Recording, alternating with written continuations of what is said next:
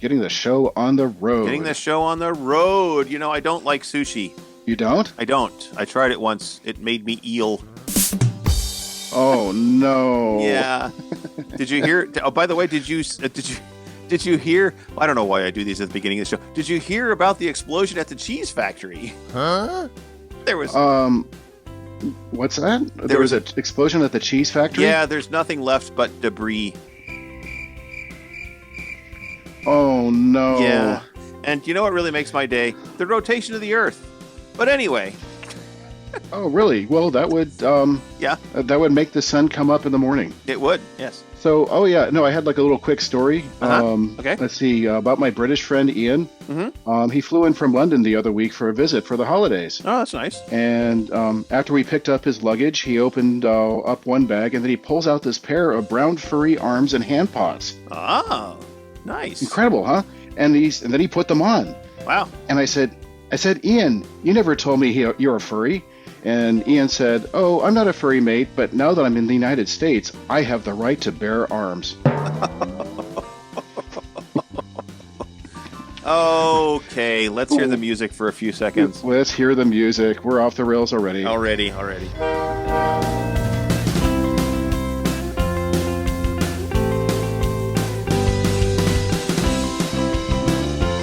Well, hello, greetings, salutations, and Moobarkfluff to all the creatures in the Potiverse. I am Barely Normal, and sitting in for Tabin this week is TickTock.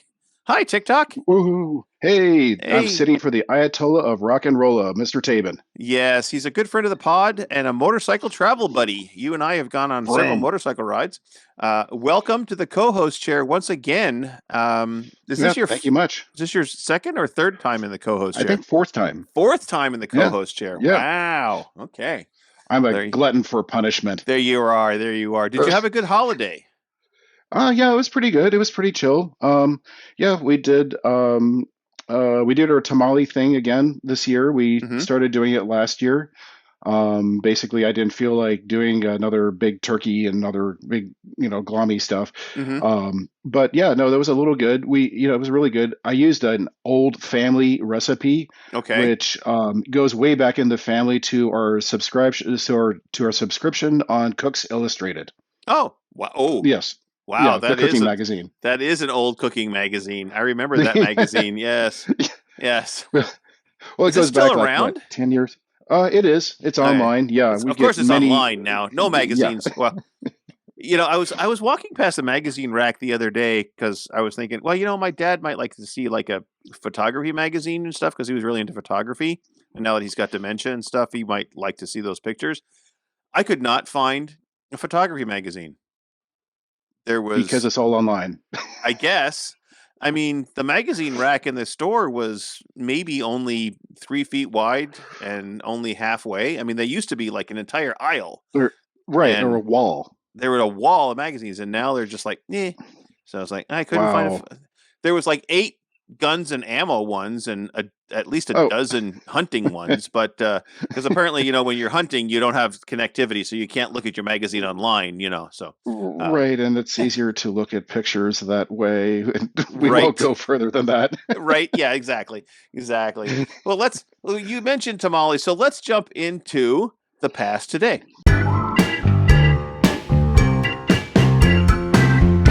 Since tamales we're in the past today, we talked about that.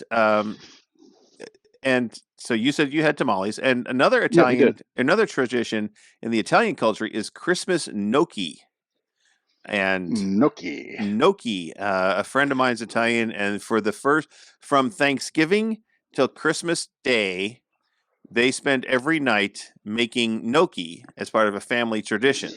So for an entire month, they spend making gnocchi. By Christmas Day, they have about 35 to 40 pounds of gnocchi ready to cook and share with friends. That's a lot of gnocchi. That's a lot of gnocchi. That's a lot of gnocchi. Yeah. So, do you have any Christmas or New Year's culinary traditions other than you said, of course, the tamales? Is there any more Yeah, you we, we have? yeah we started the tamale thing last year. I think we're going to stay with it. Like actually jumping back to past today a little bit, we did our Fat Friday / Friendsgiving party again this year for Oh, day nice. after Thanksgiving. So Okay. it's Yeah. no family, all your friends, way more booze, way more fun. So um, It's always more uh, fun without your family, always. right. So yeah, so we were just like thinking about, I guess it started last year. It was like, oh, really don't feel like dealing with the turkey stuff. So let's just start something new. Let's try tamales. And they were delicious. So we're gonna do it again. And we'll do it again next year. I did my race gas burn around the winter solstice. Uh-huh. Yeah, so just set off a cup of race gas in the campfire outside in the burn pit. Got to Uh-huh. appease those pagan gods. Right. Um, Did it light up let the entire neighborhood? No, it's just I think they understand that there's suburban life too, that you have to kind of like, there are some like parameters you can throw in. They're like, it's a thought that counts, they're like, okay. And let's see, and also did my fursuit, send off the year, which started actually with Shadow Raccoon when we were in major lockdown and everyone was Mm-hmm. sending in fursuit videos. Mm-hmm. And so I did a, throw, whatever year it was, 2020 out my front door. And it was actually fairly popular. So I did one last year and I did another one this year. Oh, 2022.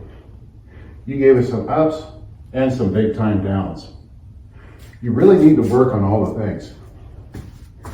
With that, I am giving you a needs improvement with a gold star.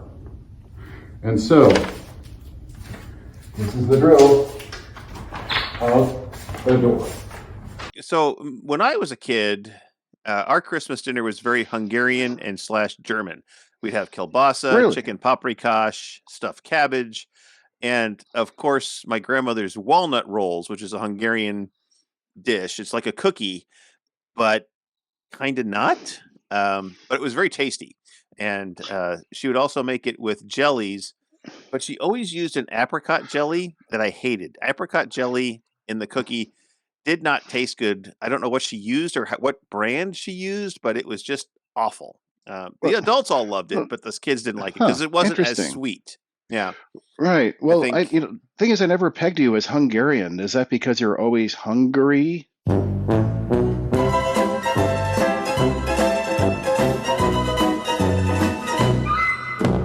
yes, yes, I'm always Yes. hungry. Wah, Yes, wah. Rah, rah, rah. Right. Yeah, yeah, yeah. So, um, uh, and then of but course also we'd always have a dish called Makos Guba, which is a sort of a bread Cuba. pudding that's got lots of poppy seeds in it.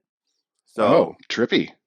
yeah, and oh yeah, it's really good. It's Yeah. very creamy, very Oh, tasty. that does sound good. Yeah. The nut thing kind of sounds like a pecan log or something, possibly.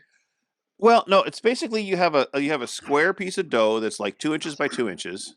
Mm, Okay, okay. and then you put the jelly corner to corner, Mm-hmm. just like a strip of jelly corner to corner, and then you fold the other two corners in. So you've got this little, basically 2 inch long thing that's got points on the end and a little flappy flap on the top. And Okay. then you bake it, and it tastes good. The walnut part is really tasty and good. I mean, I don't know whether Grandma made it with lots of sugar, but the walnut stuff was really good. But the Yeah, I'm apricot sure. one, not so much. Yeah, Huh. not so much. Um, Huh. yeah, And apricots are so sweet too. I wonder how she made them unsweet. I don't Very, know. I don't know. we will do the food chemistry on this bad boy.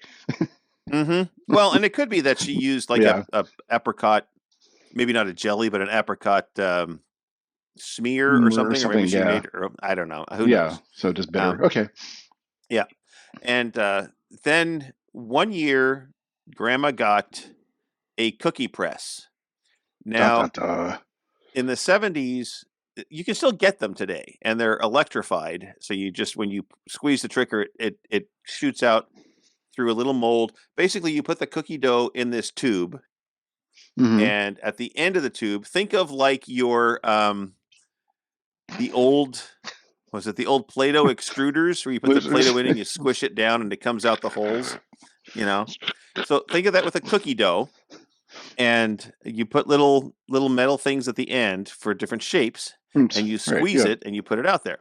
Yeah. Now, one guy in the 70s electrified it, and actually the dough would go through and extrude, and then it had a little chamber where it actually cooked the cookie. So you got a cooked cookie out of the end of the extruder. You didn't have to bake them. So it was like a automated easy oven bake kit, with like the 8,000 watt bulb, so many standard comedians have, made fun of. Utility companies like, oh shit, we got an easy bake over there in sector 4, better reroute quick stat. Exactly. Well, Grandma got one of these cookie guns, not the one that bakes them automatically, and she stopped doing the traditional Hungarian cookies at that point. So from that year forward, we never got those Hungarian cookies ever again, which is too bad. So, and I tried to make them once, but I could not. It just did not. And maybe because my childhood memories are different than your adult memories. Right. And things that you remember were good as a child aren't necessarily good as an adult. Now, I will say something that was good as a child growing up was a fluffernutter. And it's still good today. The old peanut butter and marshmallow fluff. Okay. Right. But it has to be marshmallow fluff, the brand fluff, not marshmallow cream.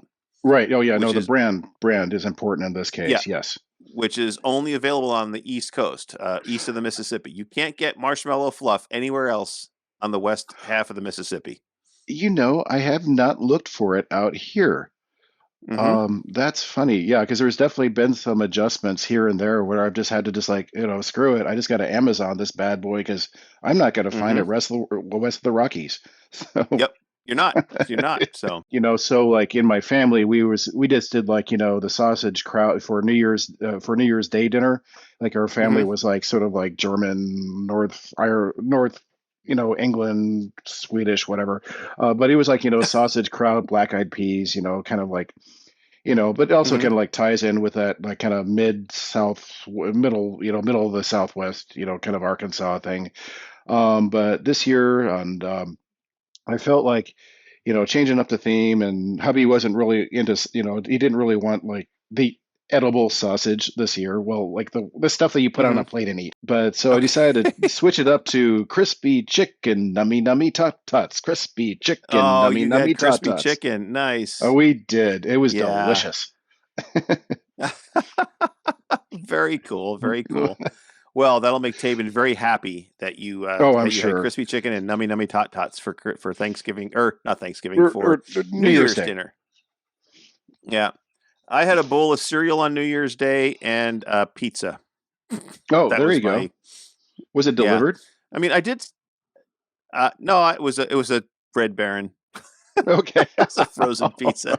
So, I mean, I stayed up till watch the New Year turn, which I haven't done in a number of years because I don't like to go out and party much. And so, but a friend was over and we stayed up and watched some old movies.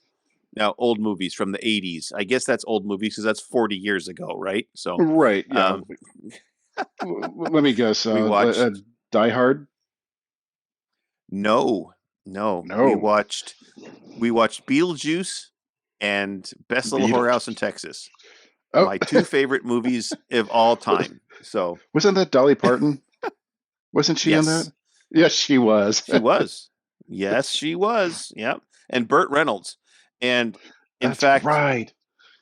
Man. Of all the main characters in that movie, Dolly Parton's the only one left alive. Oh, wow. All the other main characters are deceased. Oh, goodness. Yeah. Tom DeLuise, Jim Nabors, Burt Reynolds, all dead. So wow, yeah. I haven't seen that in forever. Okay, right. See, now I want to watch again. The same friend that was over, he's here tonight, and I think after the podcast, I'm going to make him watch Smokey and the Bandit because he didn't know. Oh, there you go. So he's 30 years old. He did not know who Burt Reynolds was. Oh. I mean, I guess from my end of things, he's Florida State University, so he's technically the bad guy. But because Yeah. my alumnus is University of Florida. But yeah, so but we'll let him pass. Yeah. Okay, so another pass today. We talked a couple of weeks ago. You were, of course, were not here. Our guest host at the time was Rayne Raccoon, but we talked about wondering who the world's richest man was after, of course, a Twitter idiot became not the richest man anymore. We were kind of wondering who was the new richest man, and it's Bernard Arnault and family. No. He's the CEO and chairman of Moet Hennessy Louis Vuitton. You probably know Louis Vuitton brand. Vuitton, of So course. I have all of his watches, as you Vuitton, can see on my wrist, which as is like yes, all of which is them. Yes, bearing. all of his watches. Yeah. Speaking of that, I was in Las Vegas several years ago, and I was with a friend. We were there for his son's 21st birthday, and his son had a couple of friends with him, and they were 21-year-old idiots. Right. Yeah, of course. And In Vegas. the one idiot wanted to go to the Louis Vuitton store and try on a pair of their tennis shoes. Mm-hmm. So here we are and I'm wearing a t-shirt with cut off sleeves, literally cut off with a pair of scissors, right? Because it's hot. I'm wearing a pair of it's Vegas. Crappy shorts. Yeah. And these kids are all dressed the same way. And so we go to the Louis Vuitton store, and the salesman was very nice to us. He treated us as if we had lots of money, and he let this kid try on the shoes and all that stuff. I mean, this was a $10,000 pair of tennis shoes. Well, I mean, that he let this kid try on. I'm assuming that he could afford the shoes. No. Oh, okay. No. Okay. No, he just wanted to try them on. Oh, he just wanted to say that he had worn a pair of $10,000 Louis Vuitton shoes, which is fine. But I asked the salesman while we were standing there watching him do this, I said, so we're dressed crappy. Well, I mean, that's... And yeah. And I said, but you're treating us like we have money. Well, I says, not that we don't have money, but he says, in Vegas, you never know how much money people have or what they're wearing. He says, look, see that couple over there? I said, yeah. He says, they spend at least $1 million a month in my store. And they weren't dressed any better than we were. Right. So, yeah, pretty much. Yeah. I mean, my thing was, Vegas is bloody hot in the summer, first of all. Right. It's like you don't even want, I mean, unless you're like going to like go to the club from air conditioned room to the, like your air conditioned hotel room to the air conditioned club area. It's like you're just going to like melt, right? Right. Yeah. And then plus anyone can have a good night at the craps table and just be like, shit, I've always wanted that, Rolex watch right there in the shelf. Boom, there, done, sold. Right. Yep. Absolutely. I did have kind of a sad for Elon, because he's no longer the richest man. And actually, I wanted to say, I mean, do you know what how to sign thoughts and prayers in ASL? No. I'm sure any of our listeners can web search that one, so no need to describe. It's a back and forth motion with the hand in a tubular fashion. Tubular. There we go. There we go. Tubular fashion from the 80s. There we go. All right. All right. Well, speaking of stupid, let's get to That's Just Stupid, or as I like to call it now, News of the Odd. All right.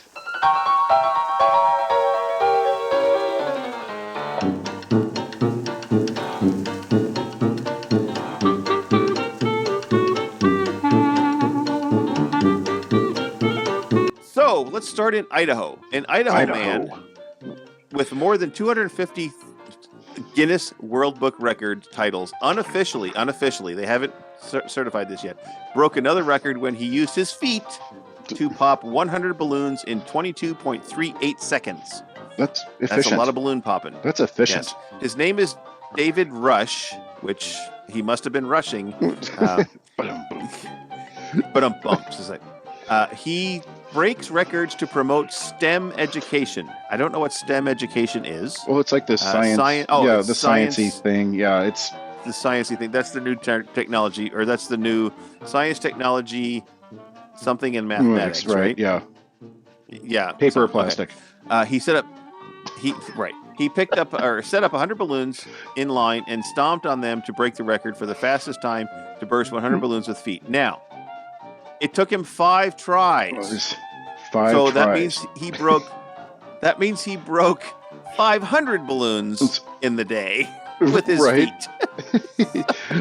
Or maybe spread it out, like, you had to, like, have like a cool down period, in between, sessions, like, get your chakra on or your chi on, like, I am going to do this. I'm going to break the balloons. All the balloons are gone.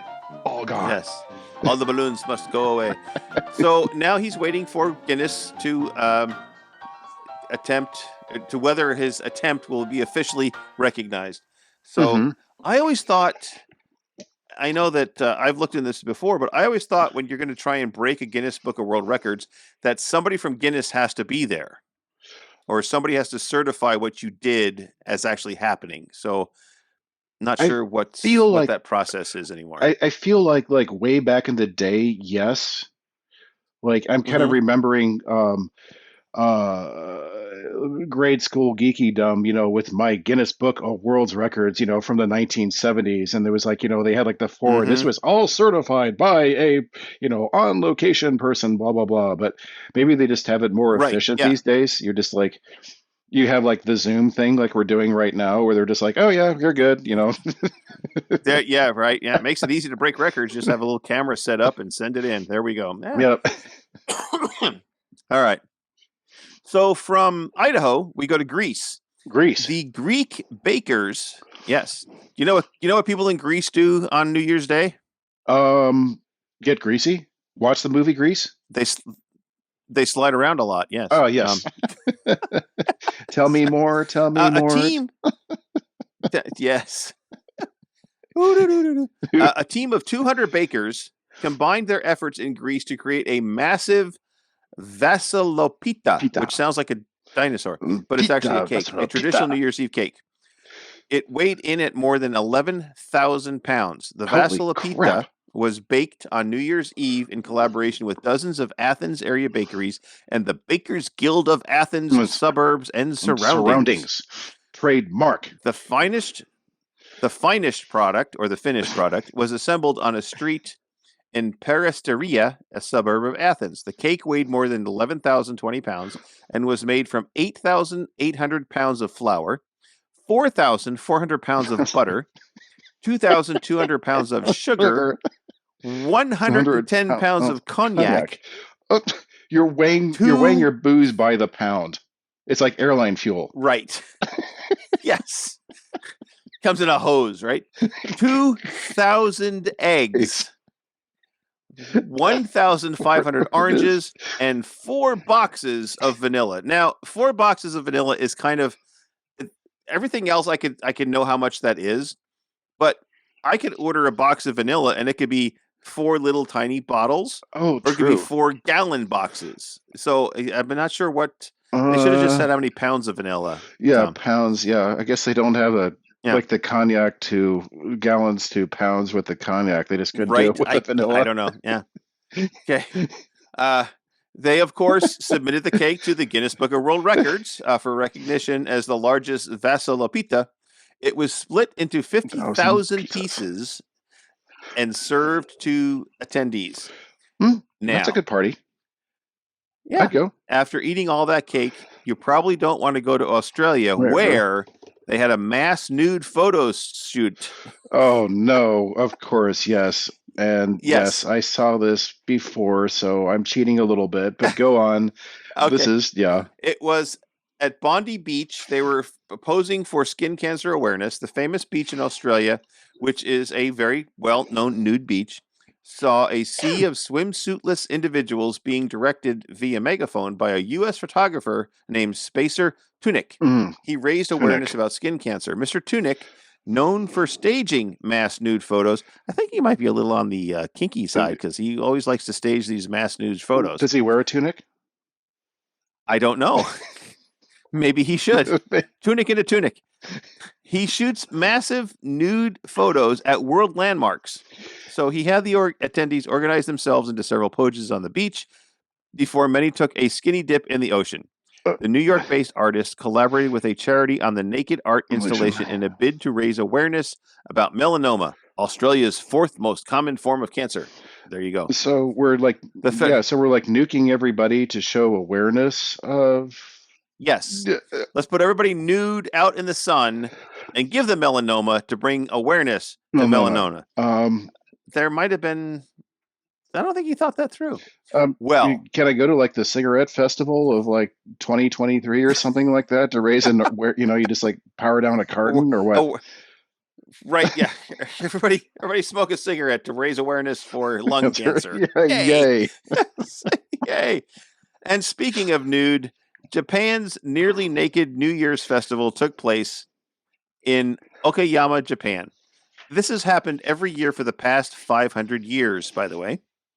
Okay. They assembled this year more than 10,000 loincloth-clad men. Now, they're not totally nude. They're nearly nude. It's a nearly naked New Year's. Yes.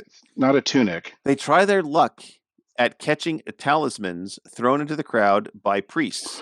During the event, the sea of semi-nude men, and it's only men. Only men. Men. It's, yes. Men. It's a mosh pit type concept as they lunge, twist, and wrestle to grab hold of two little sticks. Now, I would like to say, we have a big stick. Nearly naked men trying to grab some sticks is a little kinky. Just to say. I mean, can they be big sticks at least? They could be big sticks. I don't know. I mean, they're formally, yeah. The event is designed to spark interest in. Now, when I first read this, I thought it said the event was designed to spark interest in younger men, but it's just sparked to just. It's like, oh, I want to go to that festival, but it's more to inspire interest in younger generations to participate in historical events, aka younger men. Younger men, aka younger men. Yes, yes. It's like, okay, and before they do this, they purify themselves with cold water and running around the temple, which I didn't understand what that was. I tried to look that up. Why they run around the temple? I think it's just to keep themselves warm. Well, I mean, honestly, yeah, it gets cold in Japan in certain areas. I mean, in Tokyo, it does. Yeah. Which I didn't know until I watched a show called Our Man in Japan. I don't know if you've ever seen that show. I have not. But it's on. It might still be on Netflix. Do you remember the older show? It was a show about cars. But one of them. One of them, but it was this British guy, and so he went to Japan, and he actually took a trip from northern Japan all the way to southern. Top Gear. Huh? Top Gear. Yay. Yes. Yeah. Very good. Wow. Yote power. Good for you. With so little clues, you came up with the name of the show. I'm impressed. So, but he took a trip from the north of Japan to the south of Japan, and the fact that it was so cold in northern Japan was amazing to me. Right. So I just never realized that it was so cold up there. Yeah, I mean, that's where the monkeys sit in the thermal pools, the volcanic pools, and they get like the icicles on their on their whiskers and stuff. Yeah, that's Japan. Yep. Yeah. It never really dawned on me until this show, and he was participating in an official sport in Japan, which is snowball fighting. Nice. It's an actual sport right. in Japan. Yes. And do they like have? I'm kind of picturing like competitors line up and they strike the gong and then everyone like launches.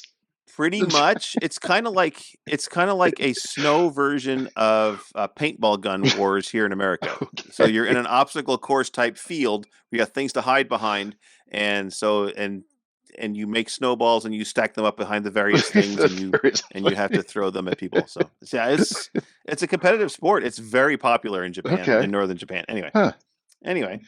Alrighty. Do you have anything for news of the weird? I guess no. Strangeness? I guess not news of the weird currently, but I guess it was more like an observation. I mean, you read the Hardy Boys as a kid, right? I did.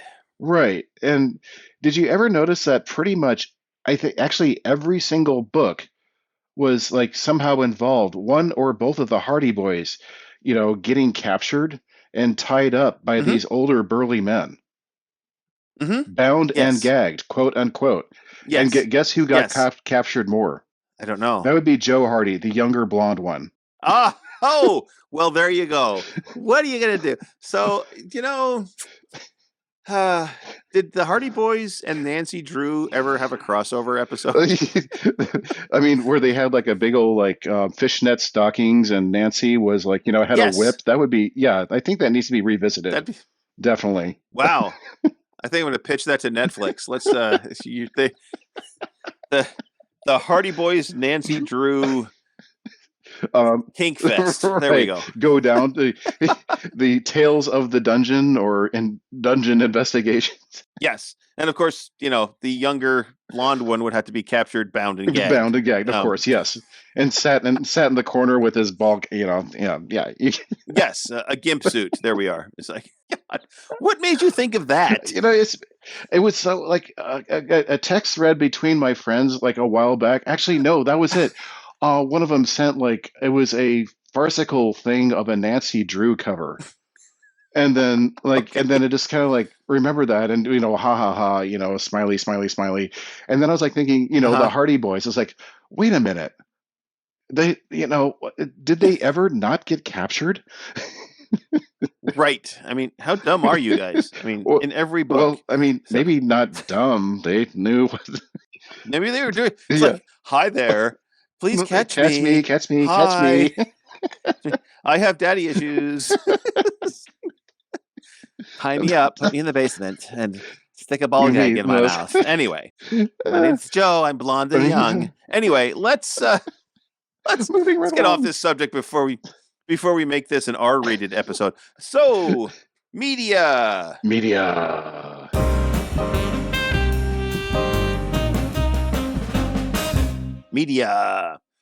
So, being the holiday week, I've watched a couple of movies. And mostly because I'm just, it's been kind of bleh outside. So I watched Moon. And actually, Rayne talked about Moon last week, so I had to watch it. It's starring Sam Rockwell. It's very good. Now, I really can't talk about it without giving away the plot, or if I try to talk about it, there'll be spoiler alerts.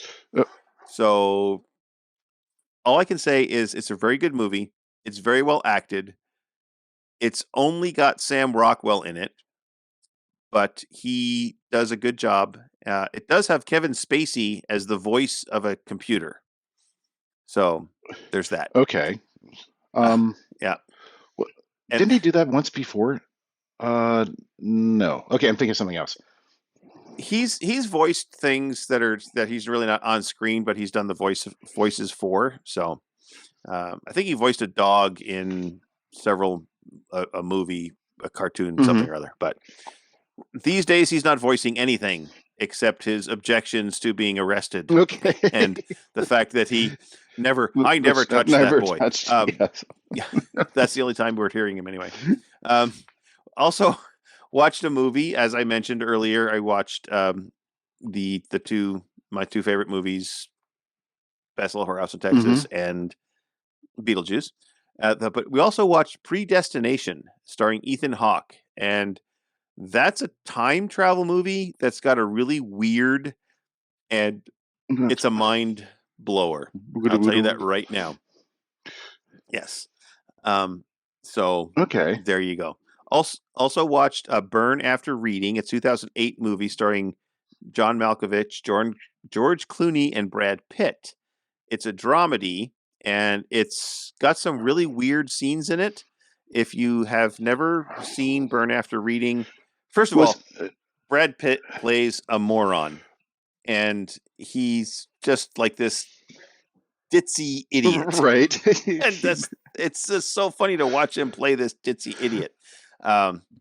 And so there's that. So it's one of those movies you watch it, and at the end you think to yourself, well, there's an hour and a half I'll never get back. But it's fun. It's well, I kind of remember, wasn't like Burn After Reading, wasn't that kind of about that whole like Fahrenheit 451-ish era, like burning books? Nope. No. Okay. Nope. Okay. Nope. Nope. This was It takes place in 2008. John Malkovich is an analyst for the CIA, and he gets fired, and he's writing a memoir, and his wife is trying to divorce him, and so she downloads all the files and leaves it on a CD in the gym where Brad Pitt works, Right. and they find it, and they think it's severe CIA secrets when it's actually just his memoirs.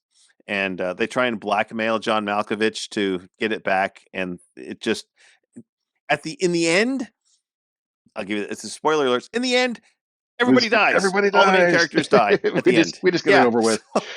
Well, Yep. it just kind of So, reminds me. Snatch. Have you ever seen that? yes. Yeah, I've been wanting to Yeah. review. I've been wanting to revisit that one. I remember, because like Pitt, he's done some really good roles, but they tend to just like cast him in these like hunky things, and he's just kind of like whatever, Right. But when he gets to like kind of stretch a little bit, he can be really good. And like I remember, I think it was in Snatch where he was doing such a bad Irish accent that no one could understand him, and it was hysterical. Right. Yeah. Absolutely hysterical. Yes. Yeah, I remember he said they like dags. I'm like, what? You like dags? Dag? What? What's a dag? Yeah. What's a dag? Yeah. Thanks. I watched the final episode of the season of Yellowstone, which is a really good series if you haven't watched it.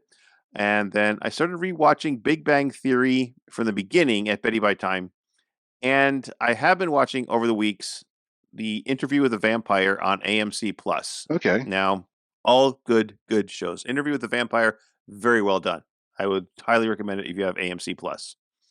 I literally subscribed to AMC Plus just so I could watch Interview with the Vampire. Yeah, no, you were saying that, and I've heard this from other people. It's much improved from the movie, and Anne Rice is on board, et cetera, et cetera. Yeah, it's just like, yeah. Yep. So what about you? What have you been watching, reading, doing things, consuming? Well, let's see. Well, we did our annual Die Hard 1 and 2. That's pretty much our Christmas movies. Yeah, have some podcast juice and other things, and throw in old Die Hard 1 and 2. Let's see. My hubby loves the old sports ball on TV. It makes him happy, whatever. But I can take like only so much football before I get really bored. And so if I'm just like hanging out and, I'm just like, okay, so what can I do to kind of like amuse my brain a little bit? So I start playing fractional football. Actually, what is fractional TickTock? Football? What on earth is fractional football? So if you think about it, so the scoring in football is a touchdown is 6 points, and then like the point after is 1 point. So you have 7 points. Okay, so if you treat a touchdown as 1 point, then the point after would be how much? 1/6 exactly. Of a So point. You have a touchdown and a point after. You have 6 and 1/6. You have 1 and 1/6 points. So then a field goal is a half a point. 2-point conversion is 1/3 point. Drop kick is a half point. Okay. And then the challenge becomes to like figure out the score from like the fractions out of like the current score. So and I'm not even a math out. So 24 versus 10. What does that turn into? Well, it would depend on how they got there. It actually doesn't matter. Yes. Really? I've tested this. Although the Matthew Pop might be able to correct me on this, but I'm pretty sure it still holds up. Because I thought at first it would depend on how you got there. But the hint is, I'll even give you the secret. Just take the sixes out, and then you have a fraction. So 24. Take the sixes. 24 divided by 6 is what? 4, right. 4. And then 10 divided by 6 is 1 and a fraction. Point. Yeah. Yes. 1 and 2/3. I didn't expect to do math on this one with you. I expect to do math when Tabin's on the show, but not with TickTock. But okay, go ahead. Filling in for Crimey. You're filling in for Tabin, yes. Okay. But let's see. Other thing is that we got sucked into Lord of the Rings. It was on regular TV, and Fellowship of the Ring, and we're just like, what the hell? Might as well watch it from beginning to end. We didn't power watch it. We just kind of like went through it over the course of a couple of weeks. But do you have like a viewing preference in terms of like the theater releases or the extended versions or whatever? It doesn't matter. I guess it depends on how much time I have. Okay. So, I mean, if I'm sick with the flu and I'm, sitting there with a box of tissues and stuff, I'll take the director's cut because, that's going to take up half At the least, day. yeah, So, the whole day, really. at least, yeah. Or the whole day. Yeah, right. Yeah. But I have been watching the new, is it the, it's not the, I guess it is the prequel. Oh, The, the Ring of Powers. I was actually really impressed by yeah. that. That Yeah. was a lot of fun, and yeah, I mean, I guess I went into it thinking, "Oh God, is this going to be another like rehash of stuff?" But I was like, "This is cool. They researched this. They looked into Hmm. it." Yeah. Yeah. So, but I've been watching that, and the thing is, it stands on its own. And I mean, because I have very little background knowledge for the Lord of the Rings, but the Rings of Power, it stands on its own. So even though it says that it's a prequel, you don't have to know the story to watch the movie and Oh, understand what's going definitely. on. Yeah. No, they've been doing a very good job Yeah. so far. But the other thing is that Hmm. we did not play this. This is not recommended. We're just going to have like the podcast PSA. Do not try this at home. There's also the Lord of the Rings Yes. drinking game. Are you ready for this? Da-da. Okay. Let me hear what Okay. it is. Drink when there's a close up of the ring. Two, Okay. panoramic scenery shot. Uh, Okay. Merry and Pippin get up to shenanigans. Four, Okay. Frodo wanders away from the group. Um, Okay. Gandalf goes serious wizard mode. Remember, this is all one drink, and we're at five. So let's see. Number Okay. six, intimate moment between Frodo and Sam. Oh, let's Oh. see. Legolas doesn't understand emotions, says something obvious. Okay. Okay. Eight, Frodo looks like he's jizzing himself. Okay. How often does that happen in the Nine, movie? I wonder. Say. a lot, Okay. a lot. All right. Entire fellowship on screen, and that's just the regular mode. Oh, It's. jeez. All right. Are you ready for hardcore? There's only three. Okay. On hardcore, go for it. Aragorn does something badass. Okay. Legolas looks into the distance. Hmm. The Yes. ring is referred to as precious. Precious. It's Yes. yeah. This is basically liver failure and in one. Wow. Yeah, Yeah. yeah. Kind Do of like not do this, please, Fluffs. It's a joke. Don't do it. right. Well, that's kind of like our little astonishingly drunk episode. Oh no. This would. This would kill you. That would be the that would have been the astonishingly in the ER Yes. episode. Oh, Paging Dr. Watson. Paging Dr. Watson. right. Oh, sorry. Okay, so I see in the show notes that you have some things that you want to discuss, and I like to, Taven always says I have random things, so you have some random things here. So let's hear these random things. Rando things. Oh, I guess I was just kind of like thinking of like, cons that happened in 2022. Mm-hmm. I mean, stuff that, you know, was pretty, we were actually able to go out and do stuff again. So that's Mm-hmm. been, so that's been good. And it's been able to, be great to just like, get out there and be fluffy and, Mm-hmm. do the fluffy things, I guess. Yeah. So what fluffy Um, things did you do in 2022? well, let's see. Well, I helped put Furlandia on. That was a bit challenging as we Mm-hmm. had a very short timeline, Okay. but it went off. It actually we got it going, and we had a bunch of new furs there. And despite our initial hitches, once we got things going, it was working great. But everyone just had a great time, and it just was. Furlandia is really special to me and to the Blue Pup as well. Mm-hmm. Was both like our first cons, although I think he's like 1 or 2 years before me.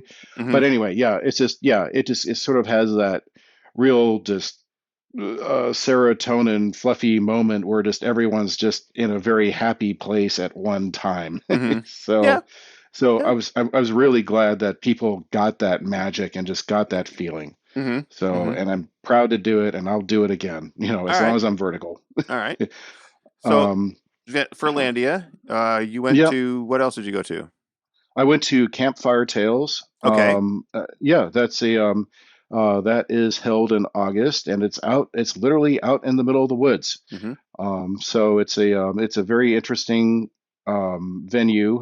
It's very limited just because they can't have that many people on a campground at one time.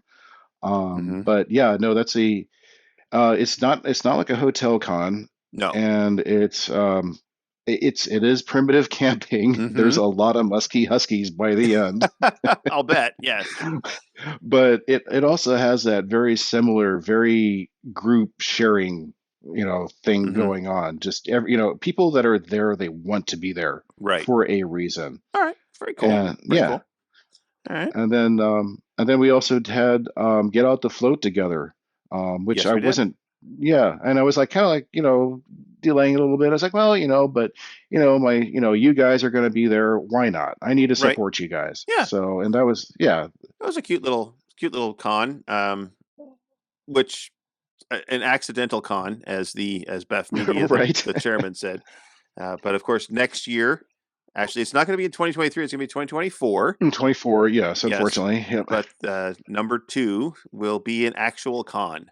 So, looking forward to it. Stay tuned for that. So, and you went to BLFC in 2022, did you not? No. You didn't I went to the year? one in I went to the one that was in October. Yeah, that was 21. 21? Right? Yeah. Yeah, 21 October, and then 2022 was in the spring. Yeah. It was a week after Furlandia. There we go. Yeah, they all run together anymore. You're right. It's like, I don't know. You're just driving this fluffy pup around all over the country. Yeah. And the pup and I went to, and Rayne and Orville went to the Corvallis Fur Meet, their Christmas meet, which was kind of fun. Yes. We did a live broadcast from there, which was kind of fun. And so that was interesting. And those are the cons that I went to this year, and the cons that you went to. So, or 2022, I should say, not this year, because this year hasn't had any cons yet. Well, no, I take that back. Right now,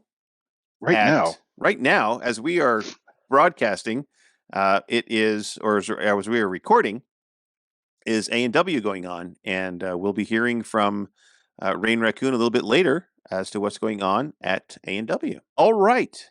I think that breaks us up to Furries in the News. I thought this was going to be a short episode, but we are taking a long time.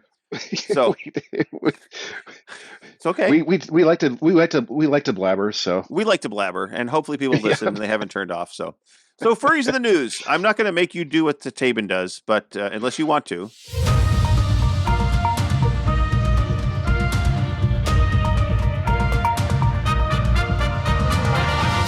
Furries in the news, Bart. There you go. You got the bark at the end. Absolutely wonderful. So there is a new furry-themed visual novel, which released on January 12th on Switch, called Burrow of the Fallen Bear. It's a gay, furry-themed visual novel. Nice. It's got multiple romance options layered with an exciting medieval adventure. The Burrow of the Fallen Bear's seal is getting weaker, and adventurers from Furland Kingdom are coming to explore the house of one of the most fearful and violent assailants in the land. You get to guide a feline rogue named Creel on his journey to prove his worth and be chosen to save the furry heroes. Along the way, you'll meet 3 potential companions with unique backstories and motivations. Each character comes to life with animated sprites. Experience a furry fantasy adventure in lush medieval world. Earn badges as in-game achievements as you guide Creel to become a true adventurer. Make important decisions that impact the story across 4 unique paths and 18 different endings. So even though you finish the game, you could actually go back, change some decisions, and have a different ending to the game, which is kind of cool. Yes. So we're like Dungeons and Dragons, furry, choose your own adventure, romance novel, all rolled into one. And it's gay, so it's gay romance. Gay romance. Yeah. There you go. And it's only $19.99. It's only $19.99. So as far as video games go for Switches, that's actually pretty cheap, I have to say. Okay, well, that's not bad. I don't have a Switch. Maybe that will convert me or something. I might have to check that out. I don't know. Maybe somebody should buy it for the pup because he has a Switch. So maybe he'd like to play that game. Yeah. So, and then we can watch him play it. So there we go.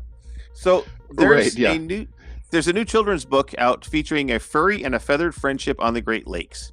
You know that old saying about friendship being the greatest gift life has to offer? Well, it's applicable not only to humans. A dog, this is based on a true story.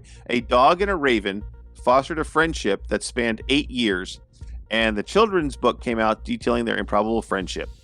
In their shared creation, Tor and Raven are friends.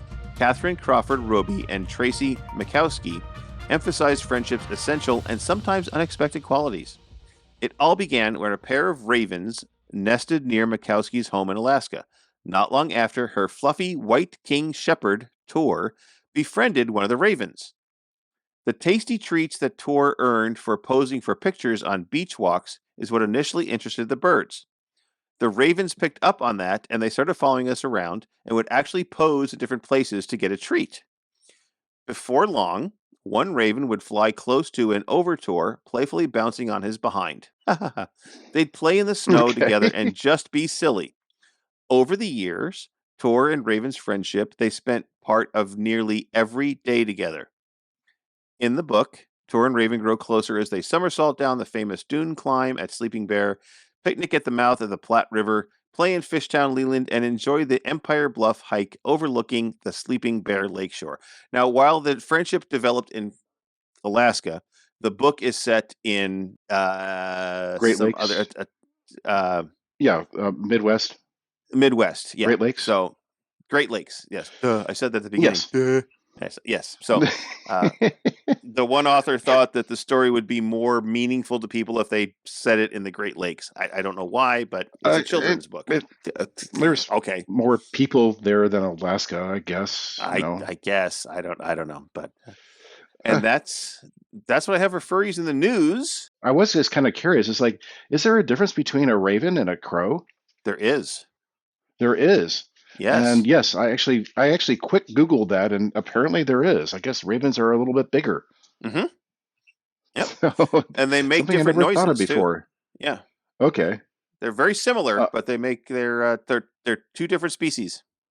Okay. Is it? Yeah. But is it the same caw, or is it like a bigger like caw or? A raven has more vocalizations than a crow. Like a bigger vocabulary, kind of. Yes. Mm-hmm. Okay. Yeah. Okay, I can see that. Yeah. Okay, upcoming events. As this episode drops, we are at Further Confusion in San Jose. Well, I am. You're not. Yep. But I'm not. Yeah, but Taven and I we'll are. See. So, yeah, maybe it'll be better. Right. It's San Jose McHenry Convention Center in San Jose. The same weekend, the 13th through the 15th of January, is the Midwinter Frolic in Whitewater State Park, Altura, Minnesota, which is probably very cold. You have on January 20th to the 22nd, you have Anthro New England happening in Boston, Massachusetts, also probably very cold. And cold, yes. Yes. And the last weekend in January, the 27th through the 29th, you have Anthro Expo 2023 in Oklahoma City, Oklahoma. Now, I have to say, this is the first week where we have not had any upcoming events that are not in America. So all these are in America. Yay, America. Oh, they're all like all of our, they're all slacking because we've had like so many that have been out of country. Mm-hmm. Like what the hell? I always had to try and pronounce the words of their little towns and stuff. So hopefully that wasn't a reflection on your pronunciation. They decided, we're going to cancel this one. Barely's going to try to pronounce it for us. Murder these town names. So we're not going to have these cons. So, well, speaking of cons, I'm going to throw it to Rayne Raccoon at the con up in Seattle. He's our co-producer and longtime overall helpful fur. He's at Anthro Northwest last week, and he spent some time talking to the furs at the con. Let's listen in to what they have to say. Thanks, Barely and TickTock. I'm here in Seattle at A&W. Let's go chat with some furs and see how the con is going. So we're here at A&W, and I have found a pup. Pup, tell us your name. Well, hi there. It's so great to see you, and my name is Taben. I'm a pup bark bark. And how are you liking the con so far? Oh, my cow. It's so great. I mean, A&W is great. I've been to every A&W, and it's always really fun and really great. And I run around and do stuff, and but it's really been great this time, too. It's no exception so far. What have we done even? Wow, I don't even know. This morning, I ran the fursuit games for the youth and for the adults, and that was really good. Every fur had lots of fun, and that was really great. And then yesterday, wow, what even happened yesterday? Yesterday, you ran the film festival? That's right. Yesterday was the film festival, which went really great since I organized them. That actually went okay.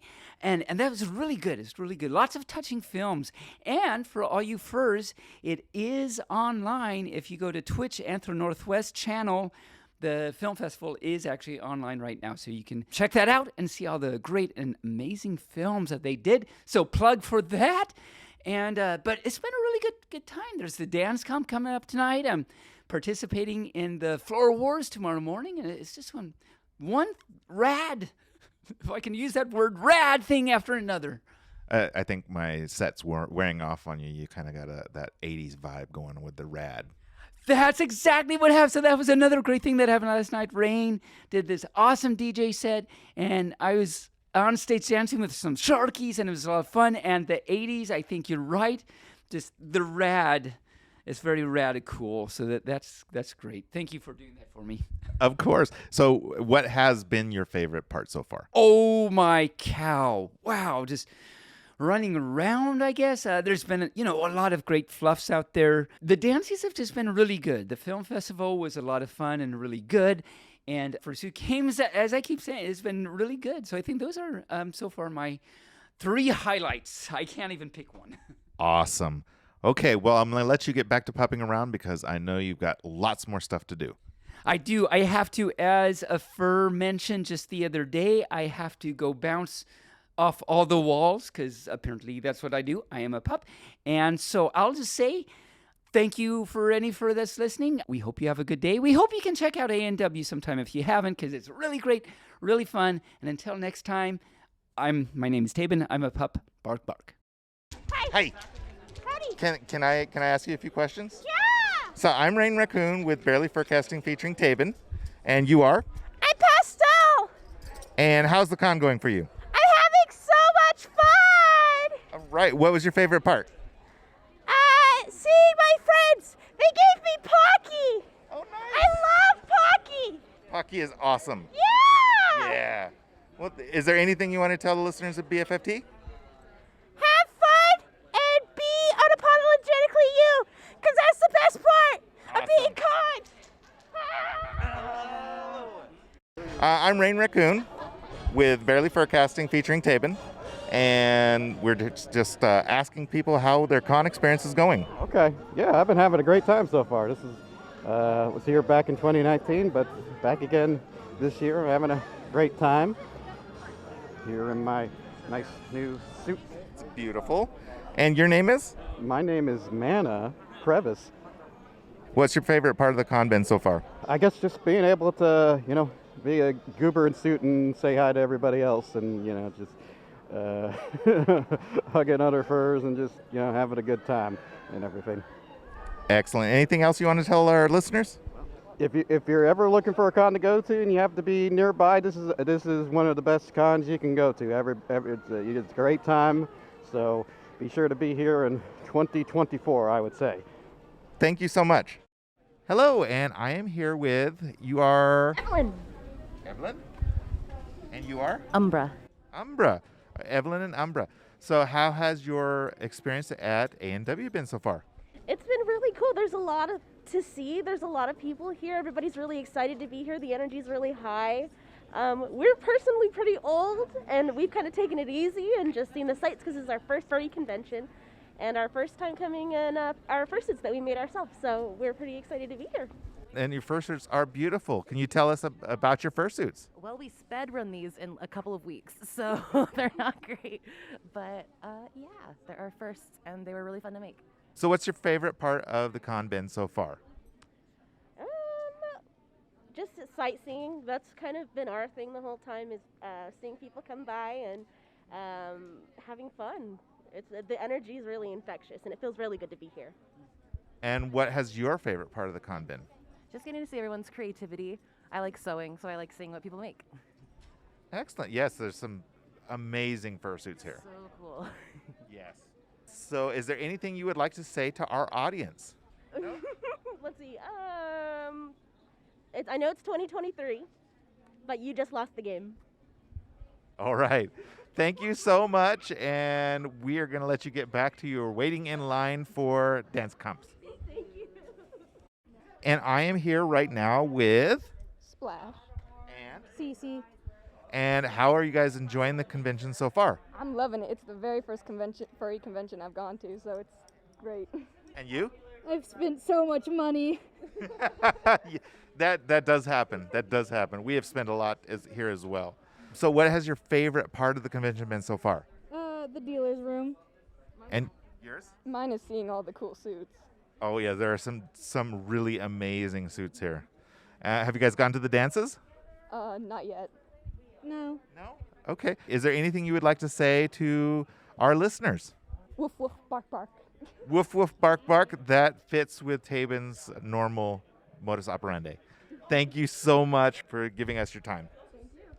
And now I'm here with Gearbox and Bibble. and Hazmat. and what has your guys' like impression of the con been so far? It's really fun. It's my first one. I'm having a great time. I don't know. He's more experienced. You should talk to him. You?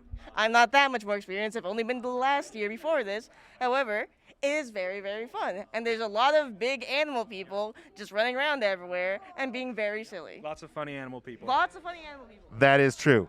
And you? Yeah, it's been fun to mingle with the funny animals. Yes. Have you guys gone to any of the dances? No, this is the first dance I'm going to go to. This is the second dance comp I've ever been to. Ooh. Yeah, we're waiting in line for the dance comp currently as I am speaking. You? First one as well, but we were at the rave on Thursday. That was pretty cool. Nice. Did you go to the dance last night? No.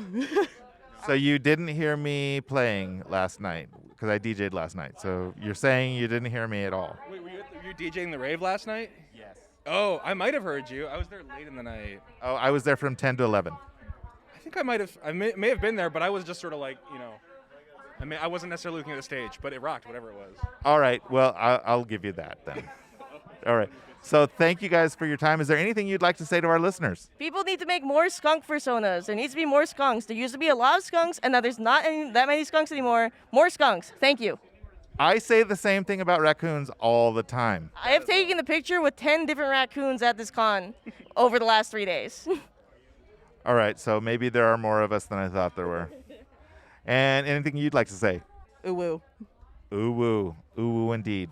And you? Like what he said, but more horse personas. Exactly. There are very few horse personas. I noticed that. Even fewer than skunks, I think. Really? I wouldn't say that. Thank you guys for your time. I'll let you get back to waiting in line for the dance comp. Thank you very much. I am here with Coda. And you are a Red Panda. Nice. So what what is your favorite part of A&W so far? Hanging out with friends, seeing a lot of cool fursuits, getting some art as well. Yes, I have spent so much money on art this weekend. It's insane. So, have you gone to the dances? Not yet. Not yet? So you didn't see me last night DJing? I was there at the dance at the. Sorry, I thought you meant dancer party, not the dancer. Oh no! Yeah, I was there last night. Yes, I think I saw it. Yes. I did like the 80s 90s set. Okay. Yeah, I like that the variance and the style of music that was there. So it's. Yes, and a lot of people have been saying that at this con there's a more wide-ranging styles of music than there are at most cons. Yeah, and one thing I appreciate also that the volume is not too loud, so that it can satisfy both people who like music and people who like to dance. Yeah, it's definitely loud enough to enjoy the ambience of the dance, but also you can still talk to everybody. Yes, exactly. Lovely. Yes. So is there anything you'd like to say to our listeners? Don't forget to be awesome. You're cool whatever you do, as long as you do for good. Thank you so much. I appreciate your time.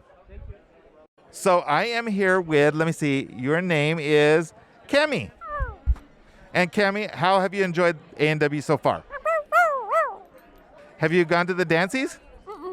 No dances yet?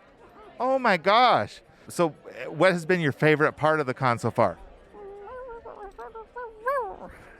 All of the con. Oh my gosh. Well, yeah, I mean, it's a fantastic con, isn't it? Yes. If there was one thing you could tell all furries out there listening, what would you tell them? Well said. Thank you so much for your time. I appreciate it. And that wraps up my coverage of ANW 2023. Barely in TickTock. Back to you. All right. Well, it sounds like they had a good time there up in Seattle, I guess. Yes. Yeah, it was kind of fun to listen to Tabin be the first person he talked to. I don't right. So there you go. Well, I'm looking at the time, and we've taken up an hour already, so I'm going to skip our story, and because I want to get to some jokes. Some jokes. All right. Yeah.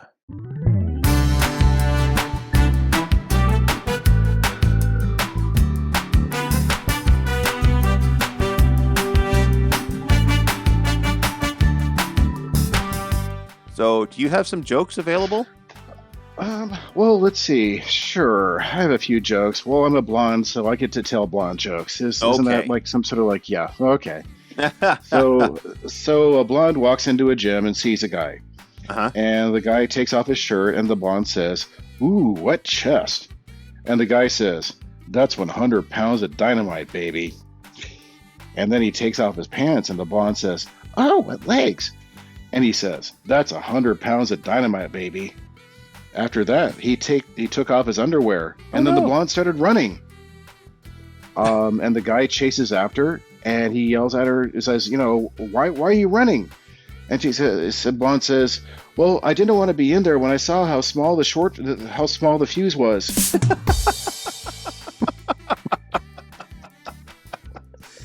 Oh, small fuses. It was small fuses. Short fuses. Oh, yeah. No. Oh, no. Hey, do you know? Oh, these are really bad. I have to say, I search out bad jokes. So, yeah, they're getting harder to find too. Have you noticed? No, they're not.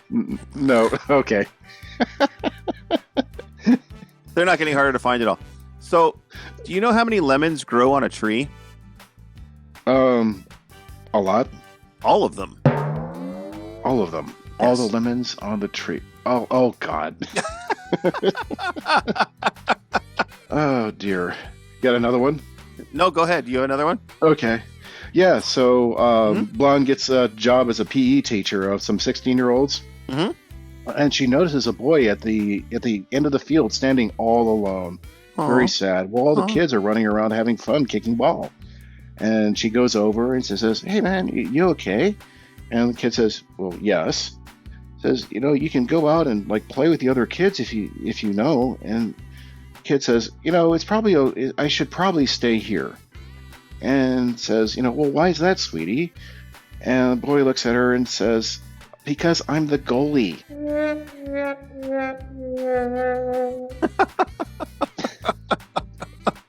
Do you know why babies are born? Just why they're born? Why are they born? I mean, they're being carried in their mothers for a while. Why are they born? Why do they come out? Why are they born? They're bored? No, they run out of womb.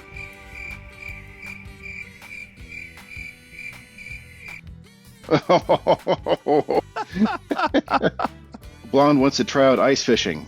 Okay. And she goes out and purchases all the ice fishing gear she needed and heads out to a local spot to try to catch some fish. Well, that's good. And yeah, she goes out on the ice with her gear and, goes out, gets all comfy on the stool and starts to, cut a circular hole in the ice.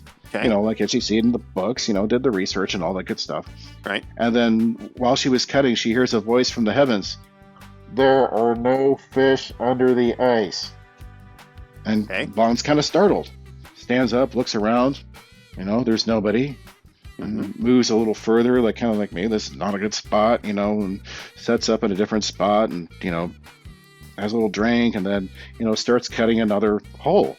And then the voice again, "There are no fish under the ice." And then she's going to kind of get, a little worried and then, repeats the process, does like another hole. "There are no fish under the ice." And then finally just jumps off the stool and looks up at the heavens and says, "Lord, is that you?" And the voice answers, "No, This is the manager of the ice skating rink. There are no fish under the ice. Yes. Hopefully that's not a repeat. No.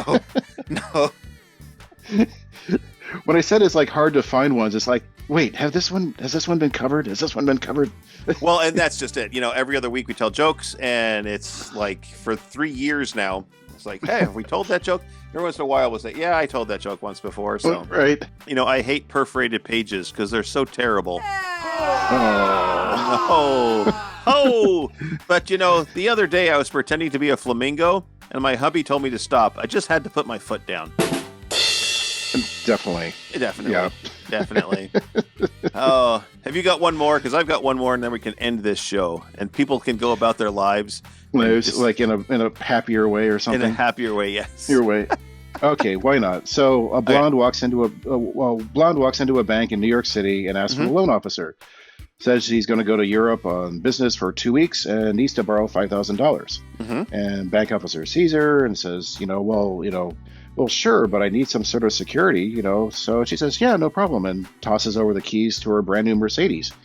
And officer's a little surprised, but the title checks out and all that, and says, sure, why not? And gives her a check for $5,000, and she goes on her merry way. Blonde goes off on her merry way, and then they park the car in the bank garage, and comes back, a couple weeks later, and she goes to pay off the loan, which is $5,000 plus $12 interest.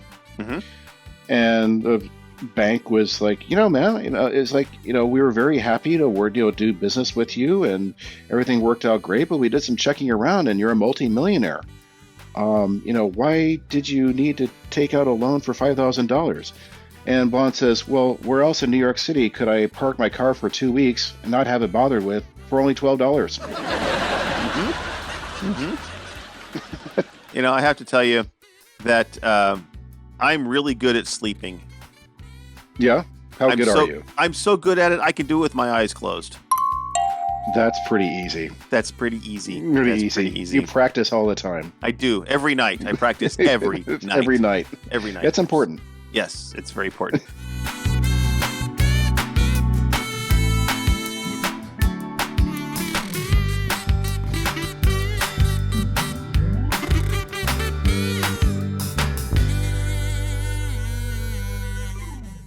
Well, TickTock, thanks for sitting in the co-host chair again. As you said, this is your fourth time. Today was fun. We did a lot of things. We told some really stupid jokes, clearly. We laughed about a lot of things. Remember, folks, when you're listening, you can help support the show through Patreon or Ko-Fi. You can buy merch at Redbubble or Bonfire. Go to Redbubble. Bonfire is okay, but, there we are. You can share the show with friends. Your support means tons to us. Be sure to tune in next week for a very special episode. I say this because next week, Taven and I will be on the road to Further Confusion. And Further Confusion starts next Thursday. So Taven and I won't have time to record this episode, and we're not doing a live broadcast at Further Confusion. So Taven and I are going to record our conversations in the car. So it's two furs in the car on the way to FurCon. So that's what the title of next week's episode is. Kind of like Total Chaos. Total chaos. Kind of like, what is that? Comedians in cars getting coffee. This is furs in car going to a con. That's what this is. So, looking forward to that one. That's for sure. Should be kind of interesting. Yes, I'm going to have to set up microphones in the car. I've got little microphone stand clips, and I'm going to that magnet to the. Yeah, it's going to be fun. It's exciting. Anyway, TickTock, do you have any parting words? Let's see, parting words of wisdom. I don't know. Stay fluffy. It's really fun to be fluffy. There's a lot to be, found in the fandom. Sometimes you just have to go looking for it, but we're here for you. We're here to support you. And, I hope you've had, for our listeners, I just hope you've had as much fun as I've had, and we'll continue to do so. All right. So until next week, furs, Moobarkfluff, and stay furry. Bye, everyone. Moobarkfluff. Goodbye.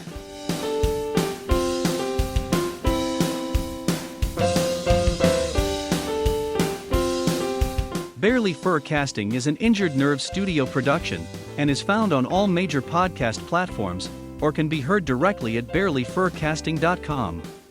The opinions expressed here are those of the hosts and their guests, and no commercial compensation was granted. The Furcast is produced, recorded and directed by Barely Normal, aka Mike Began, and is edited by Barely and our associate editor Rayne Raccoon. Opening and closing theme music, as well as some interstitial music, was created for Injured Nerves Productions for the use on the podcast by Reg Day with Damian Tanuki. If you would like to hear more music by Reg Day, you can search for Tweezerbeak on Bandcamp or Hoop Loop Tunes on SoundCloud. Other interstitial and background music by Shane Ivers through silvermansound.com, Gator Tots on soundcloud.com, and the YouTube Free is Library. Social media presences is maintained by Ziggy the Mean Weasel. If you would like to send us a message, you can do so via email at barelyfurcasting@gmail.com, or on our Telegram chat at BFFTchat, on Twitter, on our Facebook page, or on the barelyfurcasting.com webpage. You can help support the show through donations at ko-fi.com/barelyfurcasting or through Patreon at patreon.com/barelyfurcasting. Thanks for listening. We hope you come back and listen next week.